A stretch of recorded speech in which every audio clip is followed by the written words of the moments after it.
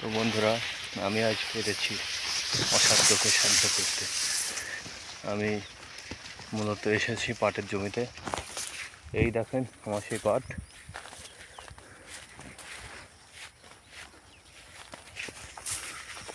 তো গাইজ, কে কোথা থেকে দেখছেন অবশ্যই কমেন্টে জানাবেন। আমিও পেরেছি ফসল মাঠে ফলাতে। তো সেই ফসলের জমি দেখতে চলে আসলাম। তো দেখি, মনে হচ্ছে তো ভালোই হয়েছে। তো দেখা যাক আর কতদূর যাওয়া যায়।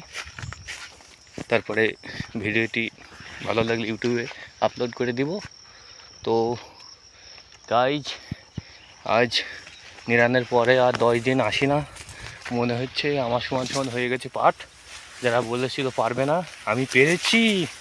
তাদেরকে বলতে চাই, তুমিও চেষ্টা করো, তুমিও পারবে।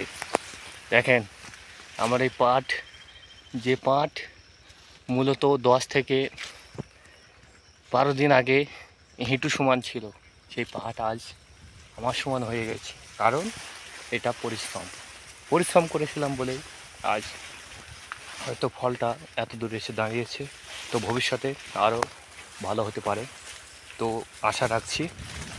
তো আমার ভিডিওটি ভালো লাগলে অবশ্যই কমেন্ট করতে ভুলবেন না, কারণ আপনাদের একটি কমেন্ট আমাকে পরবর্তী ভিডিও বানাতে সাহায্য করে। তো বন্ধুরা, তো আমার ভিডিওটি কার কেমন লাগলো অবশ্যই জানাবেন। তো মূলত আমি বেশি বকি না, তো সেই জন্য হয়তো আমার ভিডিও মানুষজন দেখেন। তো দেখুক বা না দেখুক, তাতে আমার কোনো আপত্তি নেই। তো সফলতা একদিনে আসে না।